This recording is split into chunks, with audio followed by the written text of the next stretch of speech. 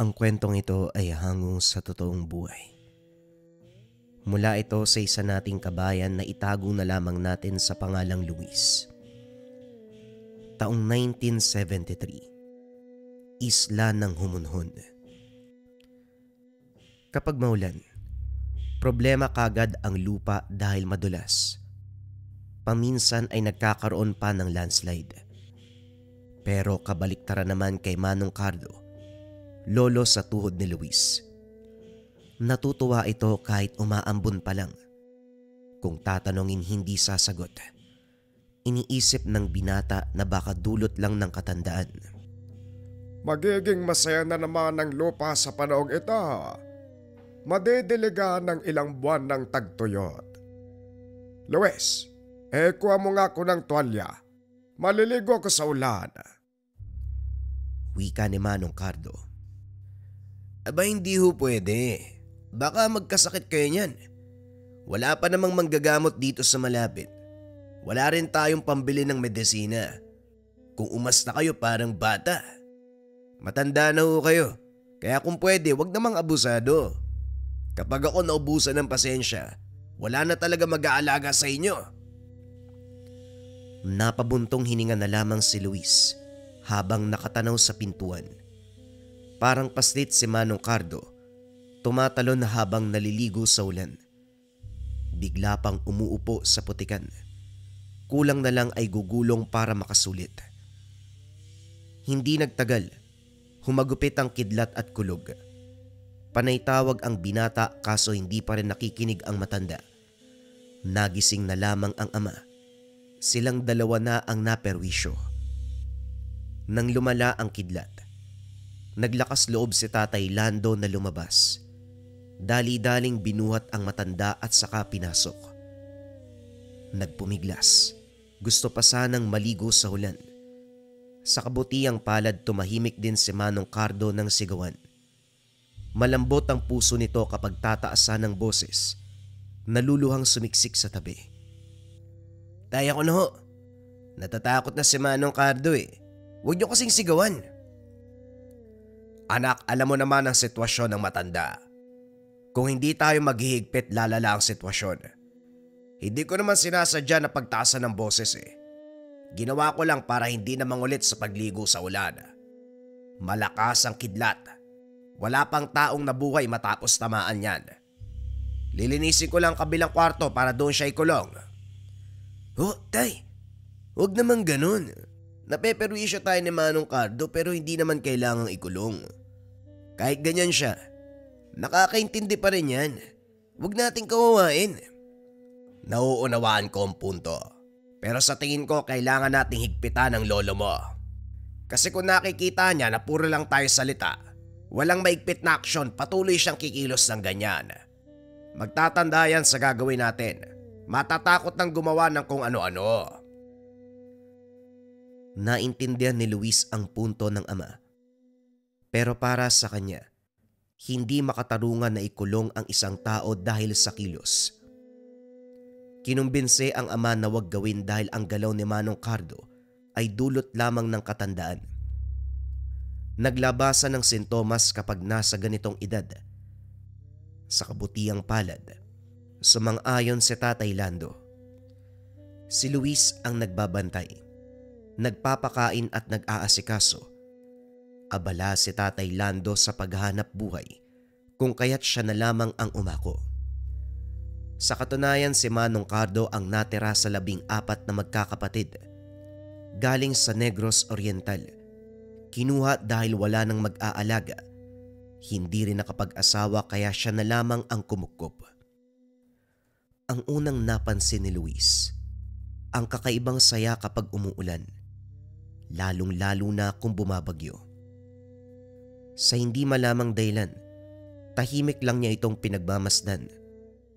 Nang magkataon, nakita itong may kinuyom. Hindi nagkaroon ng oras na mag-usisa dahil palaging iniiba ang usapan. Ilang oras ang lumipas nang tumila ang ulan. Sa puntong ito, nasa likod ng bahay si Manong Cardo. Nagdidilig ng halaman kahit kakatapos lang ng ulan. Hinayaan na lamang para wala ng gulo. Sinusulyapan mula sa kusina, kasalukuyan siyang nagluluto ng lugaw.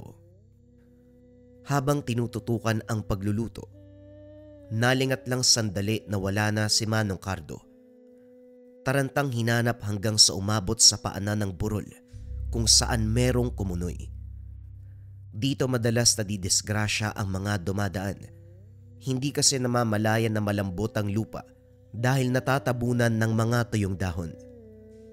Nasa tabi ang matanda, nakaupo sa malaking bato. Inilahad sa palad ang bilog na putik. Ang nakakapagtaka ay meron siyang kinakausap. Siguro naman sapat na ang ulan kanina para maging masaya kayo. Pasensya na kung hindi ako nakadalaw nitong nakaraan. Maigpit kasi ang pagbabantay ni Luis at Lando. Ngayon lang ako nakatakas eh. Wala pa namang gumagambala sa inyo, hindi ba? Sinundan ng mahabang katahimikan. Mababaka sa mukha ni Manong Cardo na may pinapakinggan. Ilang sandali pa nagbago ang reaksyon. Dinampot ang sanga sa tabi, sabay hampas sa katabing bato. Tumayo. Ilang ulit na tumadyak. Huwag kayong mag-alala. Kapag nakita ko ang hayop na yon, ako mismo magtuturo ng leksyon. Talagang ganun pa yung ginagawa para bulabugin kayo ha. Sige lang, ako nang bahala. Matitikman niya talaga ang ganti ko. Kumunot ang noo ni Luis habang nagmamasid. Sa puntong ito, hindi masasabi na nasisiraan ng bait si Manong Cardo. Mararamdaman na totoo ang emosyon, kilos at salita. Ang hindi lang maunawaan kung sino ba ang kausap at ano ang papel ng hawak na batong putik. Nang mapansing lalakad ito, dali-daling nagtago. Hinayaang mauna ang matanda. Siya naman, sinamantala ang pagkakataon na masuri ang lugar. Wala namang kakaiba maliban sa kumunoy na nanlalamon ng buhay. May bakas sa magkabilang tabi. Mahahalata na meron na namang taong nabiktima. At upang hindi na maulit, hinila ni Luis ang naglalakihang bato para iharang. Ang mismong kumunoy ay tinambakan ng mga sanga at dahon. Pagkatapos ay humakbang palis. Pero biglang kumabog ang dibdib ng binata sa hindi malamang dahilan. Napigil ang hininga, kasabay ng panlalamig na mga kamay at talampakan. Nagtayuan ang balahibo sa batok. Nang suriin ang paligid, wala namang nagbago. Wala ring makikita na pwedeng magdulot ng ganong pakiramdam. Normal lang ang lahat. Mga ligaw na halaman, mga puno, at huni ng iba't ibang hayop. Kipit balikat na umalis si Luis. Ginulat ni Manong Cardo ang binata pagbalik. Kamuntikan masuntok dahil biglang lumitaw sa harapan. Kung hindi lang umurong ang kamao, siguradong masasapak niya ito. Diyos mio, sa panggugulat nyo, masasaktan ka talaga eh. Ano bang kailangan nyo? Akong dapat magtanong yan, saan ka ba galing? Ako ang binabantayan mo pero ikaw ang nawala. Isusumbong kita sa tatay mo. Aba, parang nagbabanta ka pa. Ikaw kaya yung tanungin ko, Dio. Nagpunta ka sa paanan ng kabundukan. Gusto mong isumbong kita kay tatay? Tumawa si Manong Cardo. Dahan-dahang tumalikod. Umiling na lang din si Luis habang hinahatid ito ng tanaw. Sa oras ng hapunan panay sulyap si Luis. Hindi maiwasang pagmasdan ng matanda. Sumagi sa isipan ang eksenang naabutan sa paanan ng bundok. Hindi na malayan na napansin ito ng ama. Pasimpleng pinatid sa paanan. Umayos naman kagad. Anak, parang may iniisip ka. May kinalaman ba yan sa lolo mo? Sabihin mo para may magawa ako. Tay, nagtataka ako eh. Ilang ulit ko nang sinundo si lolo doon sa may kumunoy. Kanina. Grabe, nagsasalita siya mag-isa. Pero parang makatotohanan na. Nararamdaman ko na meron talaga siyang kinakausap pero wala lang ako nakikita. Naku, mahirap yan anak ha. Sino kaya sa inyo yung may diferensya? Hindi, biro lang. Ano ba kasi yung napansin mo baliban doon? Pinaliwanag ni Luis ang lahat ng nakita. Tahimik na nakikinig ang ama. Inunawa ang lahat. Ang binata naman nagtaka sa pinapakitang kilos. Habang nagsasalaysay, tango ng tango. Pero mababakas sa muka na parabang alam na ang bagay na yun. Teka, naniniwala ba kayo sa sinasabi ko, tay? Sa reaksyon nyo parang alam nyo na yung nangyayari ah. Hindi naman sa ganun, anak. Si lolo mo kasi. Hindi tama na ako'y magsabi nito pero total na pag-uusapan na natin. Hindi siya yung tipo ng tao na katulad natin.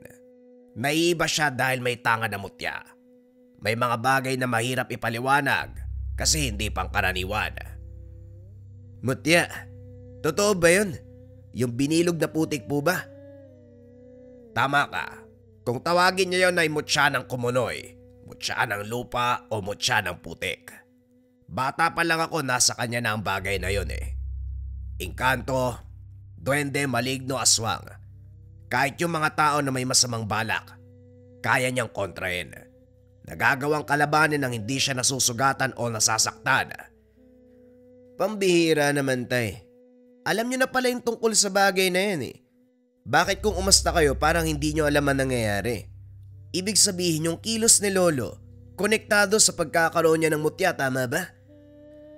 Galing sa elemento ng kabundukan ng mutya na ginagamit niya. Nakikipag-usap yan sa mga engkanto't nilalang na nakikita. Ang naisip kong dahilan, sabihin na lang natin na dahil sa katandaan. Mamaya kapag siniwalat ko impormasyon na kumukonekta yan sa iba't ibang uri ng nilalang, ako pa ang pagdiskitahan. Baka mapahamak tayo. Naunawaan ni Luis ang sinasabi ng ama. Kahit sino ay gagawa ng paraan dahil engkanto na ang pinag-uusapan. Subalit sa puntong ito, hindi maiwasan na makuryoso sa mutya. Nang matapos ang usapan, pinuntahan ng binata ang matanda. Kasalukuyang nagdarasal si Manong Cardo, taimtimang panalangin habang nakakuyom ang mga kamao na nasa tapat ng bibig. Ilang sandali pa, binibigkas na nito ang mga hindi maunawaang salita. Tahimik itong pinagmamasdan hanggang sa nasaksihan ang bahagyang pagkinang ng hinulog na putik. Kasabay nito ang pag-ihip ng hangin. Kinilabutan siya. Hindi naglaon. Nabaling ang pansin sa labas kung saan matatanaw ang paggalaw ng mga puno doon sa paanan ng bundok. Habang nakatitig doon, kinusot ang mga mata dahil may nakikita ang figura ng tao. Hindi lang isa kung hindi marami. Ang nakakakilabot. Kalahating tao, kalahating kabayo. Iniwas niya muna ang tingin, pero pagbalik ay naroon pa rin ang mga nilalang. Tinawag niya si Tatay Lando pero wala itong natatanaw. Tinitigan itong mabuti. Sa pagkakatong ito isa-isang naglaho. Napabuga ng hininga si Luis. Inulit sa isipan ang imaheng nakita sa kabundukan. Panay nginig ang laman sa tuwing mababalikan ang figura ng mga ito. Dahil hindi mapakali, nagpa siya na kausapin si Manong Cardo. Nagulat siya ng unahan. Hindi pa nakapagsasalita ang binata pero may ideya na ang matanda. Nakita mo sila? Kung itatanong mo, sila ang lahi na nagbigay sa akin ng kakayahan. Narinig kong usapan yun ni Lando kaya wala nang rason para itago ang katotohanan. Mula sa lahi ng tikbalang ang mutya na tangan ko, malinaw ko pang naaalala ang araw na nabiyayaan. Huwag kang mag-alala. Hindi ka naman nila sasaktan. Sadyang napilitang magbukas ang ikatlumong mata. Napapadalas na kasi yung pagdikit mo sa akin eh. Napapansin mo ang kahina-hinalang kilos ko. Kaya nagbukas yan. Pero lolo, hindi naman ako mapapahamak ano. Pwede bang ibahagi mo ang lahat? Tumawa ang matanda. Kalaunan ay nagsimulang magkwento. 40 taong gulang nang palaring magkaroon ng tangan. Isa lang ordinaryong taong magkakahoy. Nakaugalian na magpahinga sa bandang Kumunoy. May puno ng mangga kung saan sumisilong habang namimitas ng bunga. Siya ang nagsisilbing bantay sa tuwing naroon. Kapag may dadaan, kagad sinasabihan ng tungkol sa kumunoy. Iiwas naman ng mga tao. Kung minsan gawa ng pagkaburyong, lilinisan ang paligid, wawalisin ang tuyong dahon.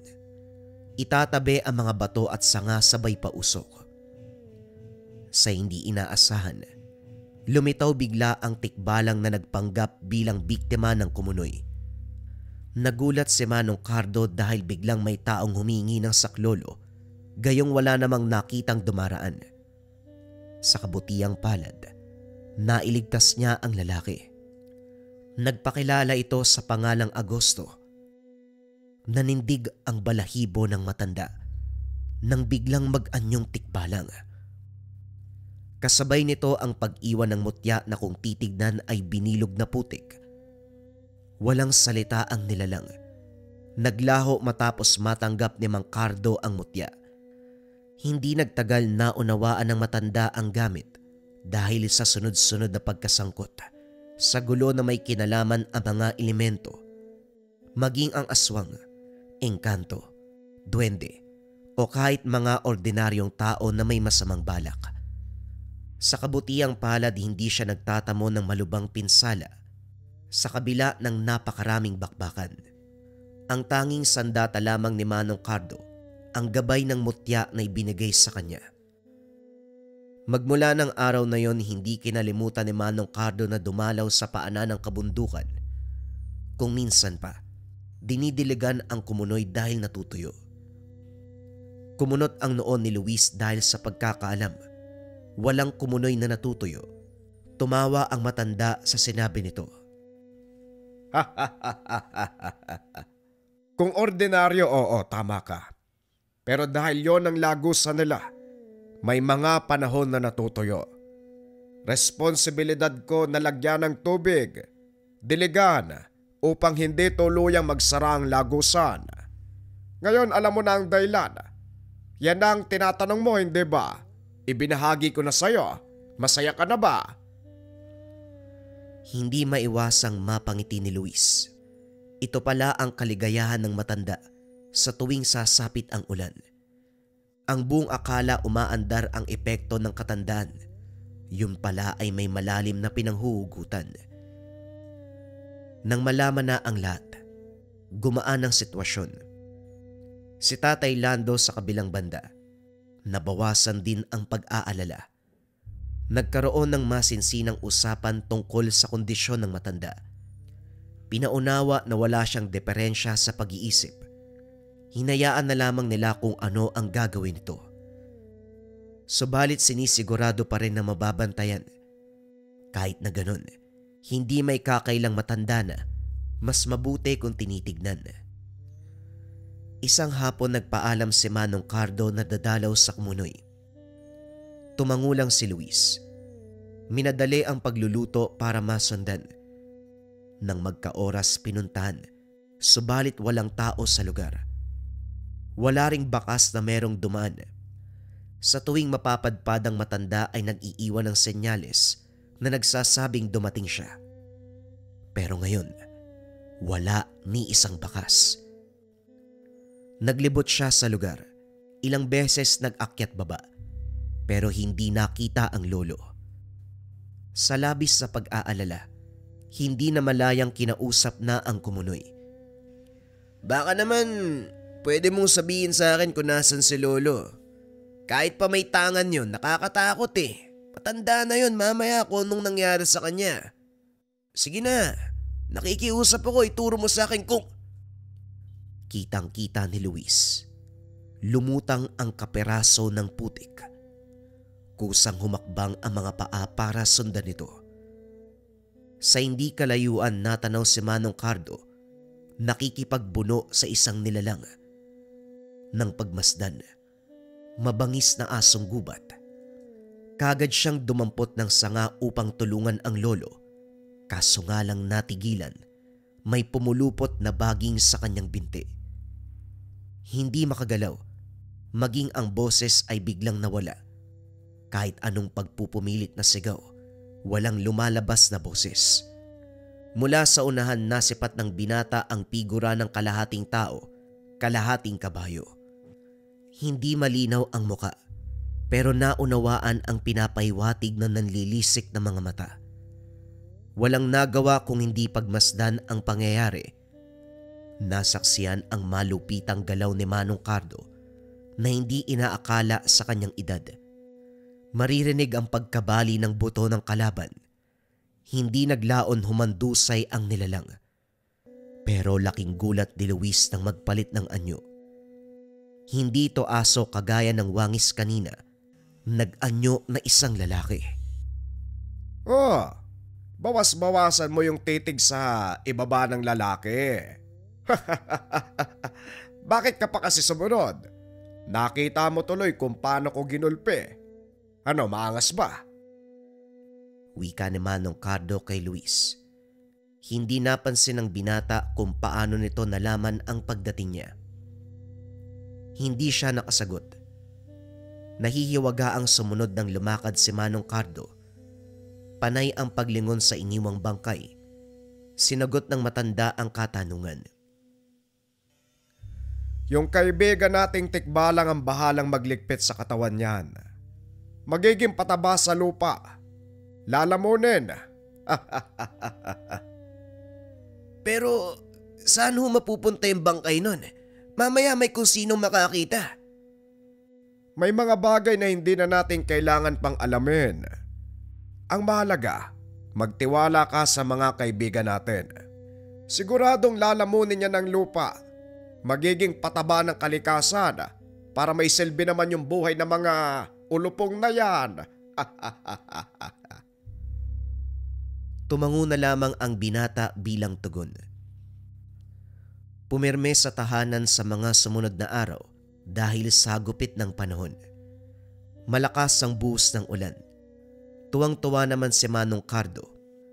Kaso nga lang sa pagtila ng ulan, may malaking sasakyan na dumaan. Batay sa itsura, mula sa mining industry. Nang sundan ng tingin patungo ito sa kabundukan. Eto na nga ba ang sinasabi ko eh. Kahit ilang beses nang nagkaroon ng landslide, hindi pa rin nila tinitigilan na sirain ng kalikasan. Ay nako, tuluyan ang makakalbo ang kabundukan. Sa kabilang banda, mababakas ang galit sa mukha ni Manong Cardo. Sinuri ng mga tao ang buong lugar. May mga aparatong sinusubok. Nagpalitan ng makahulugang tingin na parabang nakahuli ng ginto. Kagad silang nasita ng makita ng mga ito. Sino sila? Anong maitutulong namin sa inyo? Habang kinakausap sila ng tao, nagpatuloy sa ginagawa ang mga kasama nito. Kayo ang dapat naming tanungin. Anong ginagawa nyo dito? Sisirain nyo na naman ang kalikasan. Hindi ba kayo naawa sa maapektuhan? Manong, meron kaming permit. Permado ng nakakataas. Kung may reklamo ka, doon sa opisina pumunta ka. Kahit ang pinakamataas pa na tao ang pumirma dyan, wala akong pakialam. Walang sino man ang may karapatan sa kalikasan. Hindi pagmamay-ari ng tao ang lupa, kalangitan, hangin na pilit niyong binabakuran. Lumapit si Tatay Lando. Pasimpleng binulungan si Manong Cardo. Kaso ayaw magpaawat ng matanda. Lalo na nang makita ang ginawa ng tauhan sa kumunoy. Tinambakan ng kung ano-ano. Sinimulan ang pagputol ng puno at pagtabas ng mga halaman. Tatay mo ba yan? Pauwiin mo na nga. Parang kinulang sa gamot eh. Kahit ano pang sabihin nyo, meron kaming permit. Kung may reklamo kayo, doon kayo magreklamo sa nagbigay sa amin ng permit. Permit mo yung mukha mo. O sige, gawin nyo kahit anong gusto nyo. Pero kapag kalikasan ang naningil, hindi lang kayo magbabayad. Tandaan nyo ang sinabi ko. Tatang, kahit magsumpa ka dyan ng ilang ulit, wala kaming pakialam. Umalis na kayo. Nakakaistorbo na kayo eh. Umalis sila sa lugar. Pero si Manong Cardo ay hindi mapalagay. Panay ang pagmumura. Nagsasalita sa ibang lengguwahe. Tahimik lang sina Luis at Tatay Lando. Hindi umimik sa takot na sila ang balingan. Ngayon lang din ang unang pagkakataon na nasaksiyan ng galit. Palakad-lakad, walang tigil sa pagsambit ng salita. Hindi na rin alam ng binata kung dialekto ba o nag-oorasyon. Ang alam lang nila ay matindi ang galit nito. Sinisigawan ang dumadaan na sasakyan ng mga minero. Saka lamang tumatahimik kapag nakaalis na sa lugar. Kinabukasan, binulabog ng ingay si Manong Cardo. Nariyan na naman ang naninira ng kalikasan. Sinubukan pa nitong pumalag, kaso hindi kayang pigilan dahil sa dami. Nagbanta na rin dahil kapag pinagpatuloy pa ang panggugulo, pulis na ang haharap sa kanya. Kaya naman dito na kumilos si Luis at Tatay Lando. Pinigilan ang matanda. Inilalagay nila ang sarili sa panganib. Pero sige, hindi ako nagkulang sa babala. Tignan natin kung ano mangyayari. Hindi maunawaan ng mag-ama ang sumunod na sinabi. Iba ang lumabas na lengguwahe sa bibig. Hindi nagtagal tuluyang huminto sa hinaing. Pagpasok ng panibagong linggo, tuluyang nilinis ang lugar. Ang kumunoy na tinambakan, kinalbo ang bahagi ng kabundukan, hinukayan.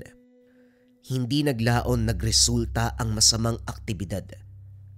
Panayliban ang mga trabahador dahil kung ano-ano ang karamdaman. May biglang inaatake. May iilan na maluba ang trangkaso. Bumagsak ang kalusugan at kung ano-ano pa. Malala ang sinapit ng inhinyero dahil sunod-sunod na pagkamatay sa mahal sa buhay ang natanggap. May nasangkot sa aksidente. Merong hindi gumising matapos ang mahabang pagkatulog. Ngayon naman, ang inhinyero ang mismong may iniinda. Pag-ubo ng dugo. Nung magpakonsulta sa ospital, walang nakitang kahit anong problema. Tinan nyo ang nangyayari ngayon.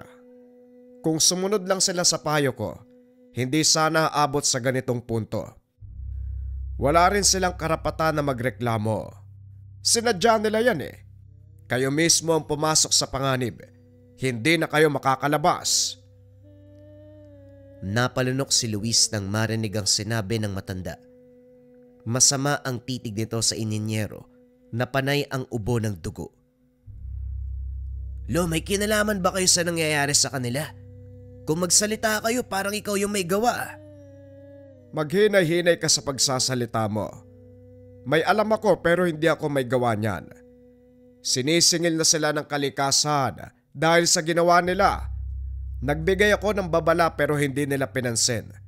Yan, ganyan ang mangyayari kapag kalikasan ang hinamon. Tiyo, baka may magagawa ka para makiusap. Hindi alam ng mga minero yung ginagawa nila. Sumusunod lang sila sa utos. Kaunting awa naman. Luis, hindi sila naawa sa kalikasan. Kaya yan din ang ibinabalik sa kanila. Hayaan mong pagbayaran nila ang kasalanan na sila ang nagsimula. Masasabing masama dahil nadamay ang pamilya na wala namang kinalaman. Pero sa ideya na kinukonsinti nila ang trabahong yan, sapat na rason para madamay ang bawat kaanak na mga minero. Huwag kang mag-alala. Ang mapupuruan ng gusto, yung inhinyero, hinagbigay ng permiso para sa operasyon. Hindi nagtagal na hinto ang pagmimina dahil lumala ang kalagayan ng inhinyero at iba pang kinatawan na nasa posisyon. Nabalitaan na lamang din ni Tatay Lando. Bumagsak ang negosyo ng mayor na nagbigay ng permiso sa operasyon. Sakto din, kasagsagan ng eleksyon. Hindi nakabalik sa pwesto matapos matalo.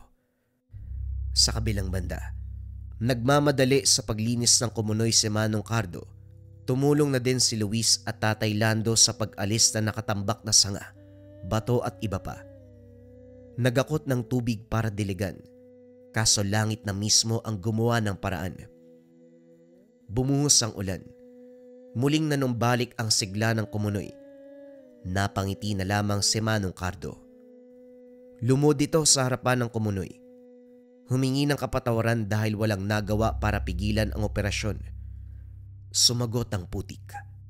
Naramdaman niya ang banayad na init na nagbigay ng kapayapaan sa kanya. Hindi nagtagal nakita ni Luis ang figura ng mga tikbalang. Hindi siya natakot. Maging siya ay nakaramdam ng kapayapaan sa sitwasyon. Matapos ng kaganapan, umuwi na sila ng tahanan. Ito ang istorya ng kahina-hinalang kilos ni Manong Cardo sa tuwing uulan. Sa pagpapakita ng elementong tikbalang, sa pag-unawa sa tanga ng mutyang putik, sa sinapit na mga minero, at ang muling pagbangon ng kumunoy. Ito ay matinding aral ng kalikasan para kay Luis. Kung ano man ang ginawa mo sa kapaligiran, ito rin ang maaaring mangyari sa iyo. Huwag sirain ang lugar sa pansariling interes dahil lahat ng ito ay babalik sa atin. Kung sirain ang kapaligiran, kung sirain ang kalikasan, darating ang panahon. Lahat ng sinira, tao din ang magdurusa sa oras na maningil ang kalikasan. Bagong kwento pa rin ang kasunod mga kabayan. Ito ay pumapatungkol sa mutya ng sigbin. Simulan na ang storya. Ang kwentong ito ay hango sa totoong buhay. Mula ito sa isa nating kabayan na itago na lamang natin sa pangalang Ronnie. Taong 1999, Southern Cebu.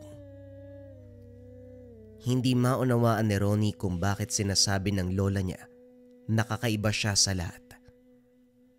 Palagi nitong sinasabi na meron siyang kakayahan na hindi kayang taglahin ng sino man sa edad niya. Paslit pa lamang ito na ang naririnig. Ngayong namulat na sa realidad, ito pa rin ang sinasabi. Minsan pa iniisip na baliw ang matanda kung ano-ano ang sinasabi. Nakatayo ang tahanan sa gitna ng malawak na talayban habang sa unahan ay kakawayan. Paminsan-minsan lang may mapapadaan. Walang kapitbahay na malapit dahil ang buong lote ay pagmamay-ari ng yumaong lolong lumad sa lugar. Ang sabi ni Lola Gimena, kinakatakutan ang lolo dahil sa taglay na kakayahan. Walang malinaw na paliwanag kung paano naging malakas. Ang sabi lang ay hindi basta-bastang tao.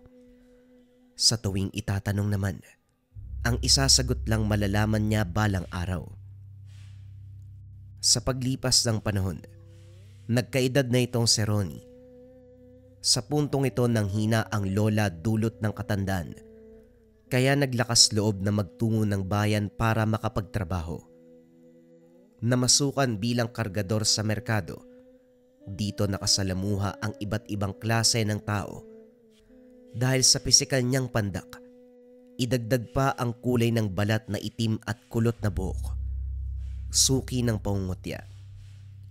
Walang araw na hindi siya pinagkakaisahan. Gayunpaman minabuting wag lumaban dahil kilala niya ang sarili. Sa oras na piliing magalit, walang sino man ang uubra. Nagpakumbaba siya. Hindi pinansin ang panglalait. Kaso nga lang, humantong sa punto na nasagad na ang pasensya ni Ronnie, lalo na ng tawaging agta. Direktang tumutukoy sa kapre na nakatira sa malaking puno. Wala siyang ideya kung bakit ito ang ginagamit na pangungutya, gayong higante ang nilalang.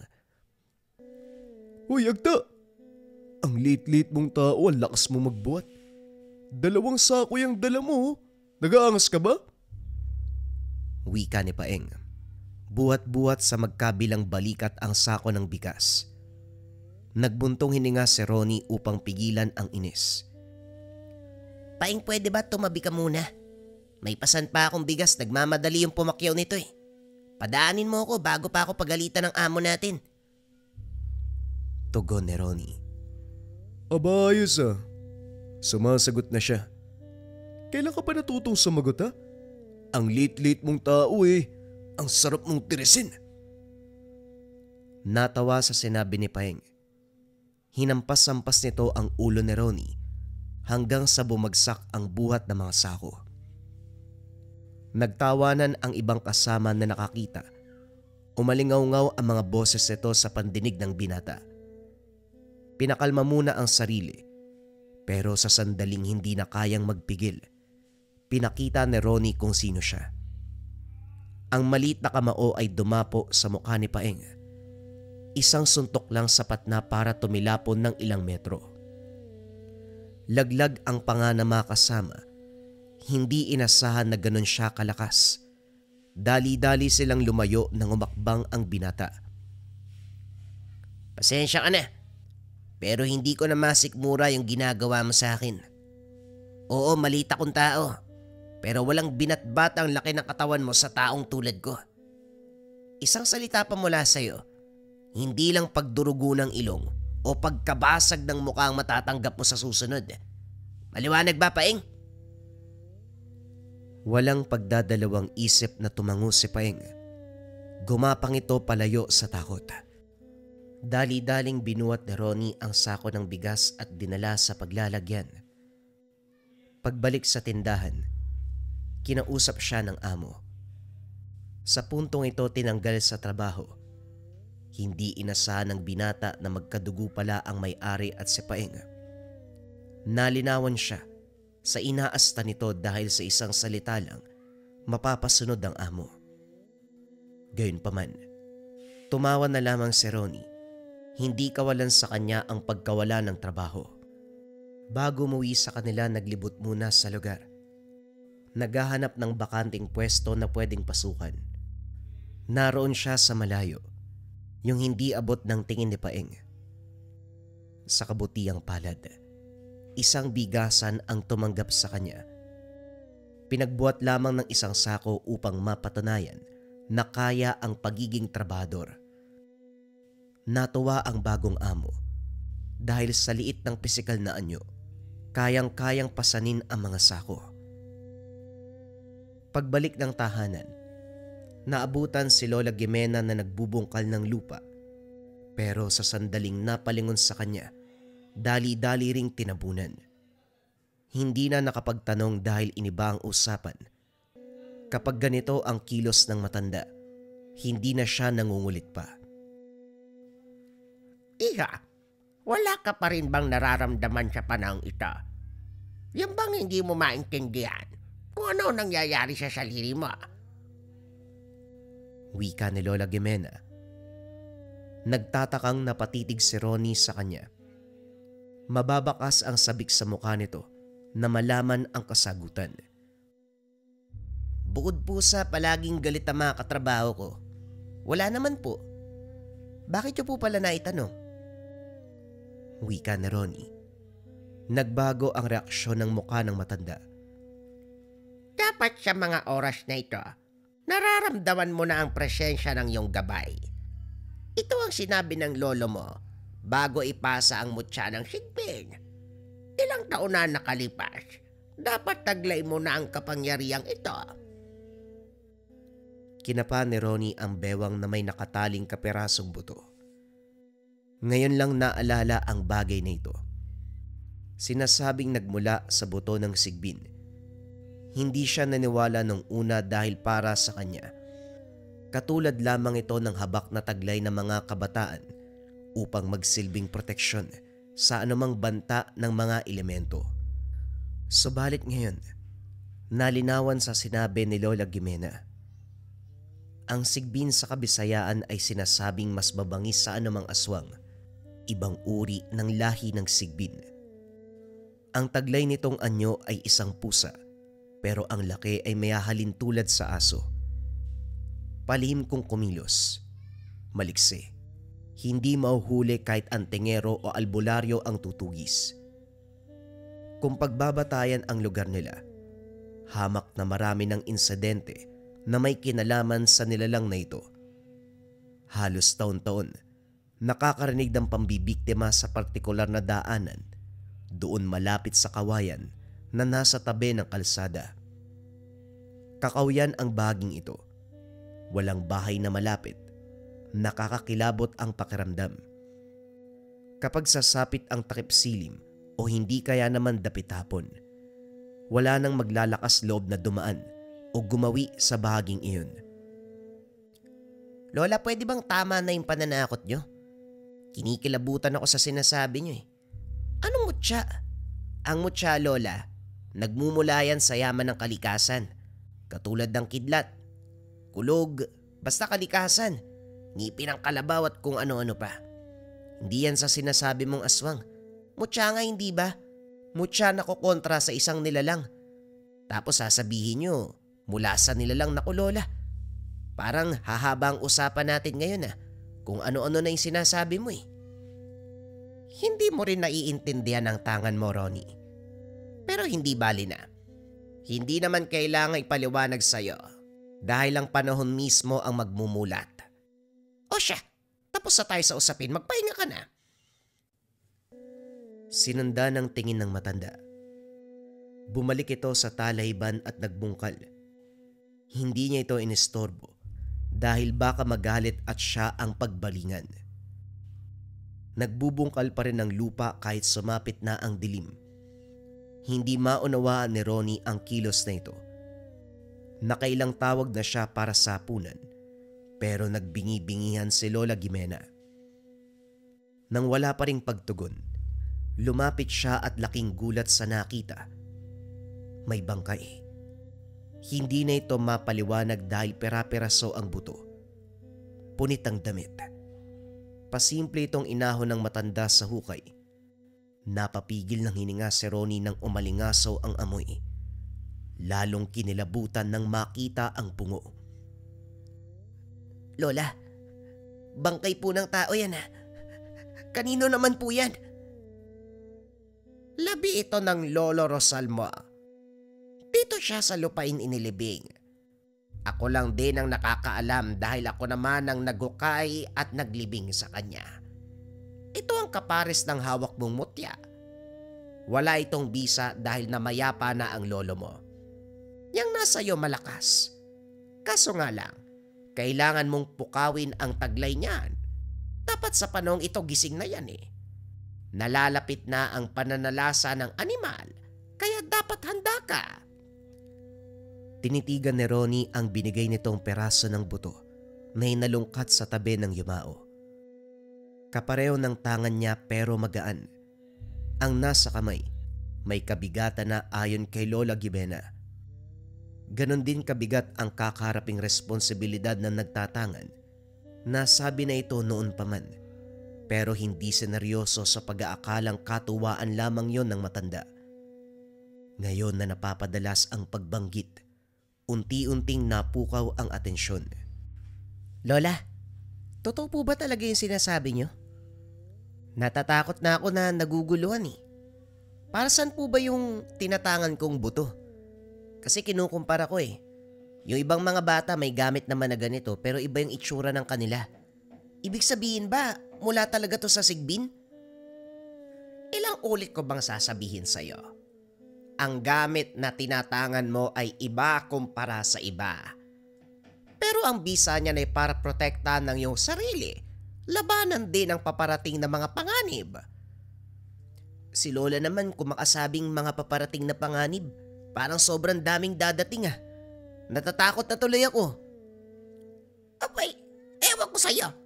Kanina pa ako nagpapaliwanag Hindi ka pa naniniwala. Damuhong to. Pumasok ka nga sa bahay.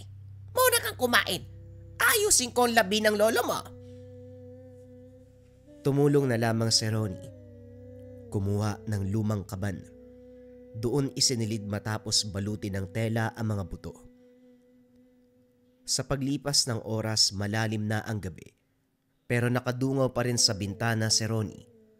Lumalanghap ng sariwang hangin kasabay ng pagmamasid sa paligid. Mahaba ang tubo ng mga talahib. Aabot sa balikat ng tao. Habang tanaw, napansin ng binata ang kusang paggalaw ng iilang parte. Parang inaararo ng mabilisan ang mga talahib. Sinundan nito ng tingin hanggang sa malinaw na nasipat ang nilalang. Sa unang tingin isa itong aso, pero katagalan ay nagiging pusa. Ang nakakakilabot pa ay nakaliyad. Mababa ang mga paa sa unahan kumpara sa likuran. Nakatayo ang buntot, maging ang mga tenga at nanlilisik ang mga mata.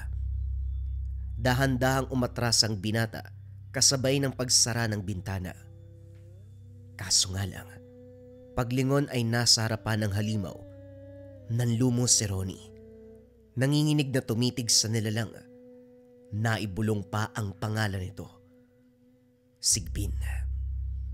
Isang kurap, mas lalong tumapat sa harapan niya.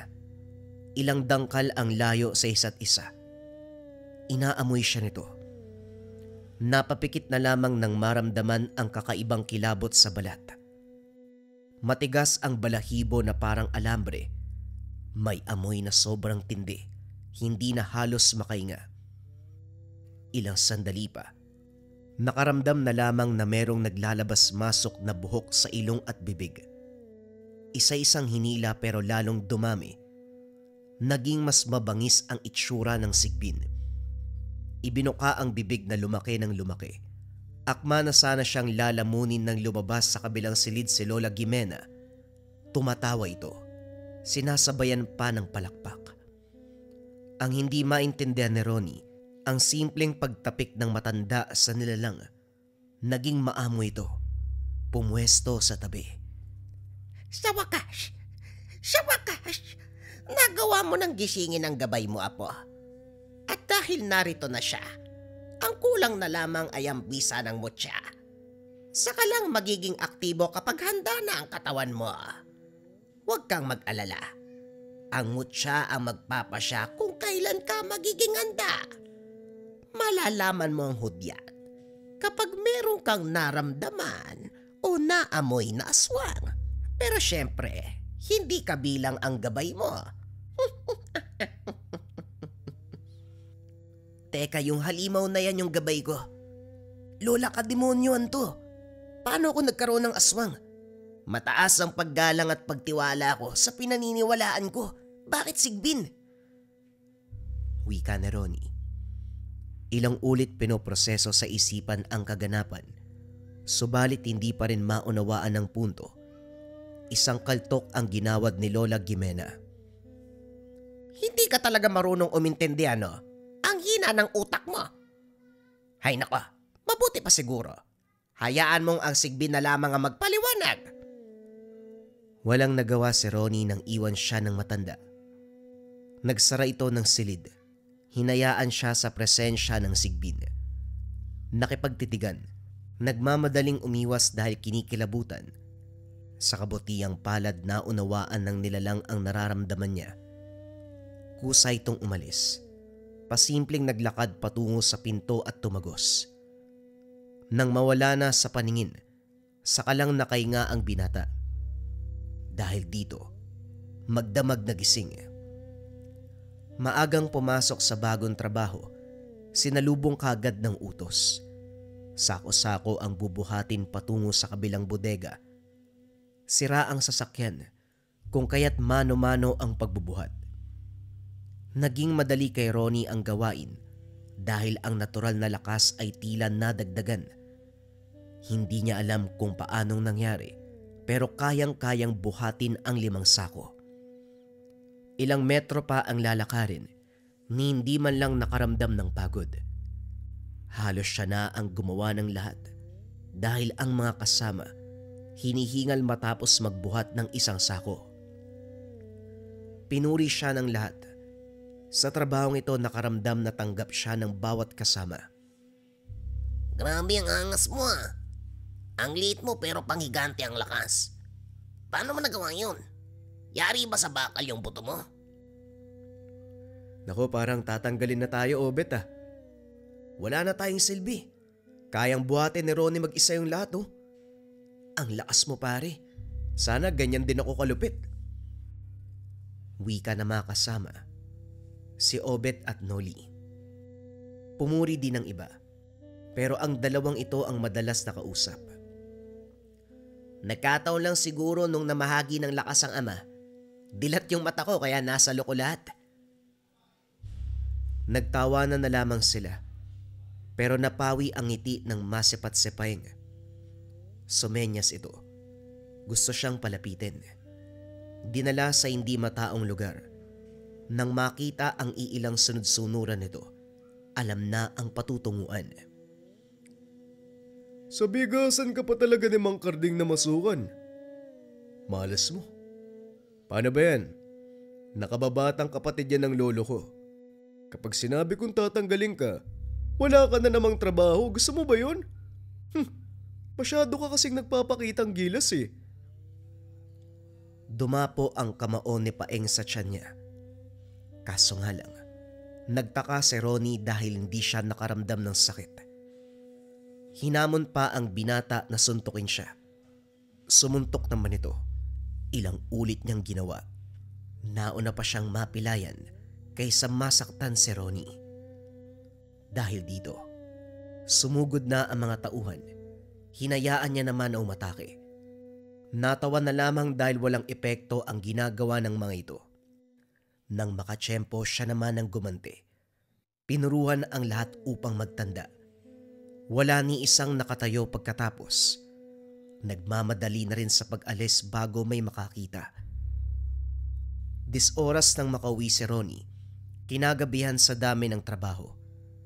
Bayad naman ang bawat oras kung kaya't hindi lugi. Kaso nga lang, nang makarating sa bahagi ng kawayanan, nagdadalawang isip na tumuloy. Dito ang madalas na babalitaan na may umaataking nilalang. Marami na ang nakapagsabi. Maging ang mga kasamahan sa trabaho. May pinapakita pang galos ang iba. Kamot ulong tumingin sa paligid. Madilim. Punong-puno ng kawayan ang maaaninag. Hindi nagtagal kinilabutan ng umalingasaw ang amoy. Idagdag pa ang malakas na presensya. Mula sa unahan, napansin ng binata ang pares ng mga mata. Dahan-dahan itong lumapit sa kanyang gawi. Hindi naglaon na sa harapan na ang sigbin. Hindi ito katulad ng nagpakilalang gabay. Sumagi sa isipan na baka ito ang aswang na umatake sa lugar. Unti-unting umaatras pero sumugod ito. Laking gulat ng binata sa paglitaw ng gabay na sigbin. Ito ang nakipaglaban sa nilalang. Matapos masunggaban humandusay na lamang. Wakwak ang tiyan. Halos mapugot ang ulo sa laki ng kagat sa leeg. Dito nasaksihan ang proseso ng kamatayan. Unti-unting tumigas ang katawan pagkatapos ay dahan-dahang naglaho.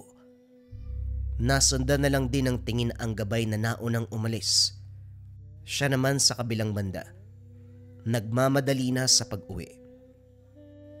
Pagdating sa tahanan, nasipat si Lola Gimena sa hindi kalayuan. May kinakausap ito sa gitna ng talahiban. Kaso nga lang, wala siyang makita maliban dito. Kumbaga sa paningin niya hangin lamang ang naroon. Lumapit para mausisa. Kaso biglang huminto ang usapan. Lumingon ang matanda sa kanya. Kinaladkad pabalik ng tahanan at pinagalitan. Ronnie, sa lahat ng aswang na pwede mong patayin, yung alaga pa talaga ni Manang Lorena. Ngayon nagising na ang gabay mong sigbin. Susunod yon kapag nasa panganib ka. Kaso nga lang, yung alaga talaga ni Manang Lorena ang nauna. Lola, wala naman akong ginawa eh. Umatake yung sigbin, dumepensa lang ako. Alangan naman sabihan ko yung gabay ko na wag niyang patayin. Huli na nang mapagtanto ko eh. Kung tutuusin parang sariling pagpapasya niya yung ginawa niya. Kailangan mong kausapin ang gabay mo, apo. Sa oras ng panganib dapat merong komunikasyon sa inyong dalawa. Sa ngayon humanda ka dahil palapit na ang sakuna. Ilang beses ko nang narinig yung sakuna na yan. Ano po ba talaga yan? Bagyo? Lindol? Baha? Huwag ka nga magpatawa, Ronnie.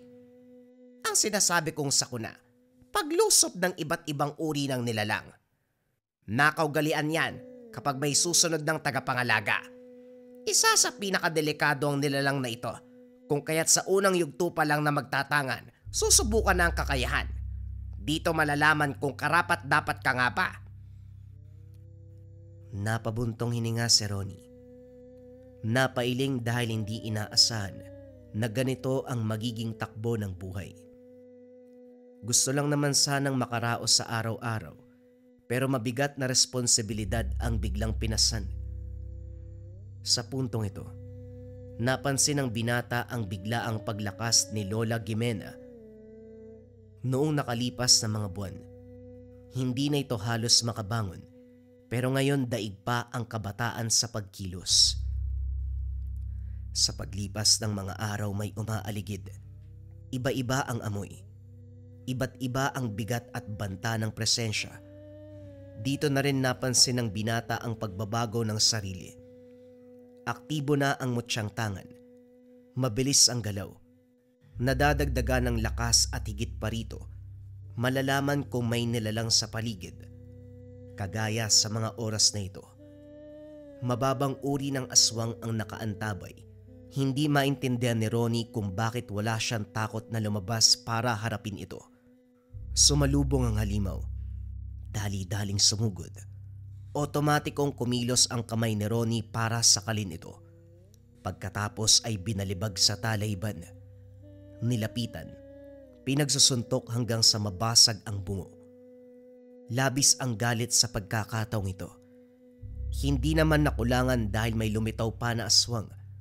Nakipagbuno pero kagaya ng una, humandusay matapos paulanan ng kamao. Wasak ang bawat buto sa ulo. Nang mapatingin sa unahan, naroon ang gabay na sigbin. Nakatitig lamang sa kanya. Simula pa lang ito, Ronnie. Sa susunod mas marami ang dadating. Siguraduhin mo lang na Hindi natapos ng matanda nang biglang umubo. Nagtataka rin dahil nung nakaraan ay bigla itong lumakas. Pero ngayon ay nanghihina na naman. Mabilis ang pagbagsak ng kalusugan. Nangayayat. Nanamlay. La, ano po bang nangyayari sa inyo? Bakit parang nagkakasakit kayo? Bigla kayong lalakas tapos bigla din kayong manghihina. Ganito siguro kapag malapit ng mamaalam. Kaya ikaw, siguraduhin mo na aalagaan ang sarili at harapin ang bawat hamon ng buhay bago ako mamayapa.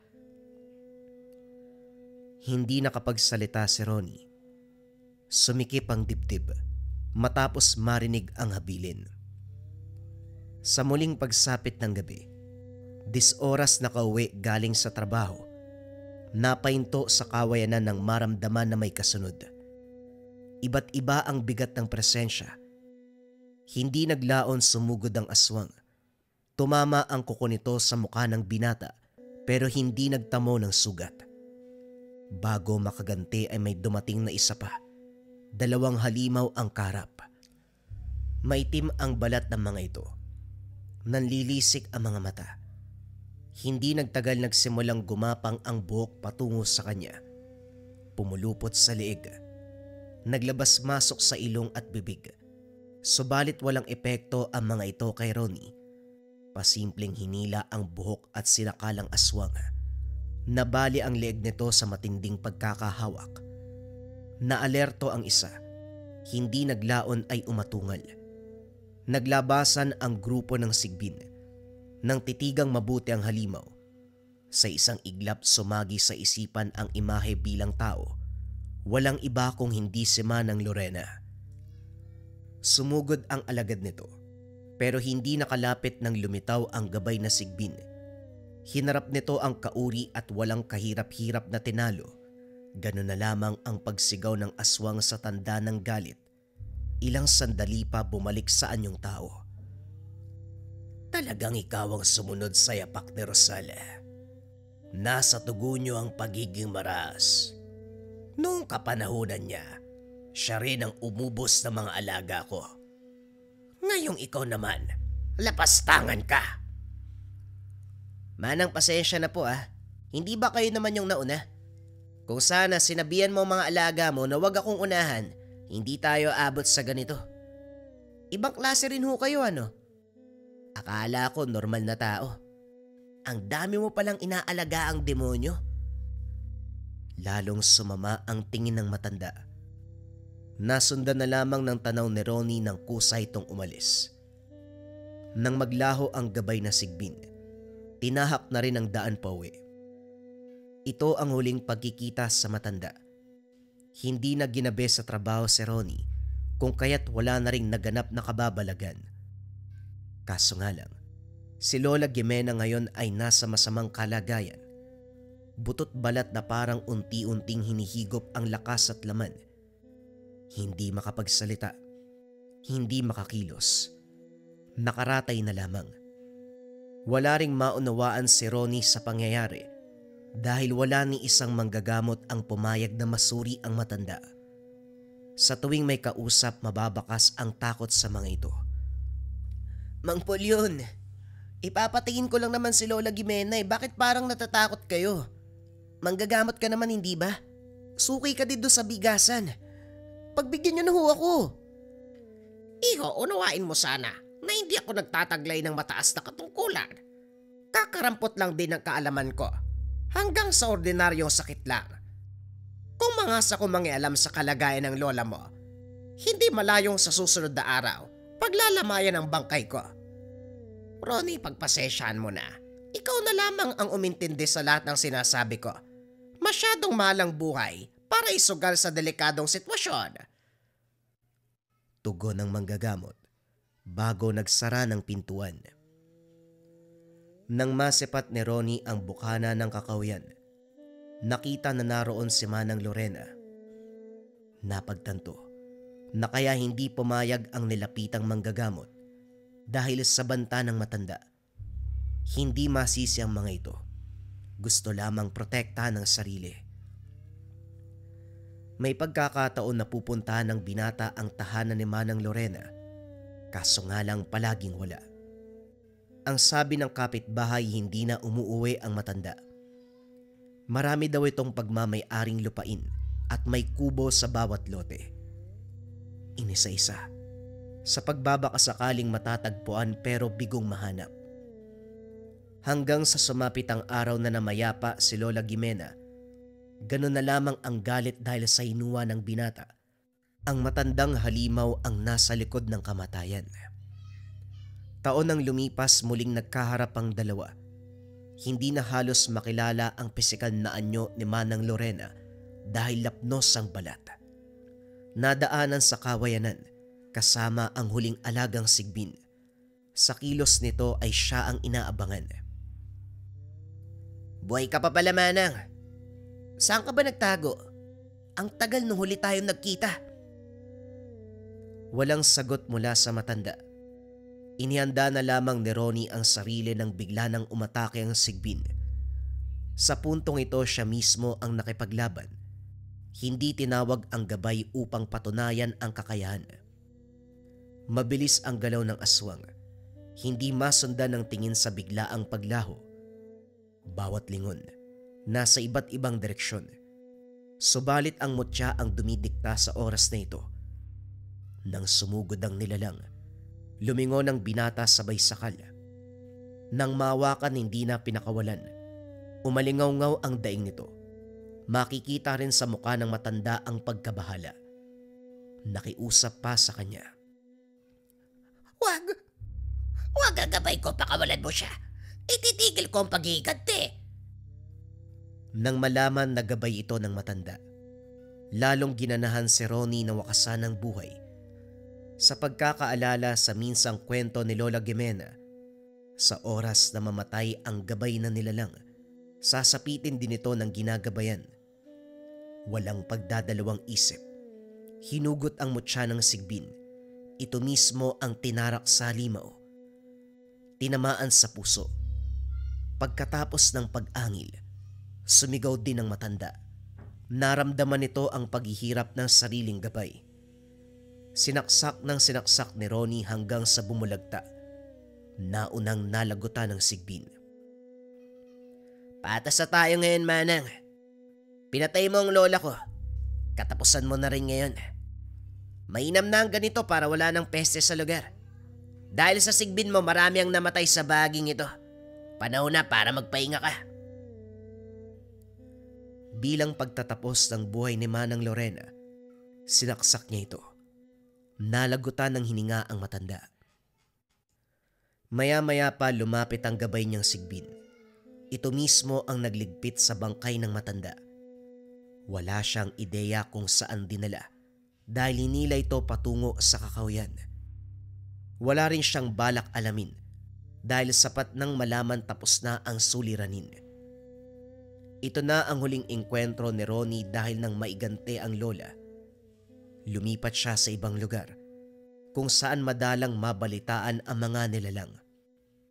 Sa bagong bahay, nakaramdam ng pagmamahal at pagtangkilik sa mga tao. Sa halip na kutyain, idinaan ng binata sa pagpapamalas ng lakas sa pagbubuhat, kaayusan sa partikular na gawain, kung kaya't puro papuri at bilib ang natatanggap. Gayunpaman, tangan pa rin ang mutya ng sigbin pero bihira lamang gamitin dahil muli wala ng aswang na nagagawi sa lugar.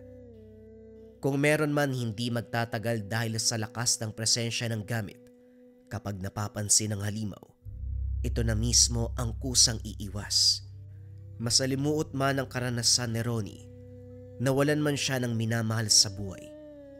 Buong puso niya pa rin tinanggap ang gamit dahil ito ang kanyang kapalaran. Mabigyan ng lakas, makatulong kung kinakailangan, gamit ang kapangyarihan ng mutya ng sigbin. Mataas na uri ng rebuelta o sumbalik. Kung ano man yung sumpa na binigay sa inyo, kabayan, ibabalik doon sa taong nagbigay. Yan ang bisa ng Maracuyo Bracelet.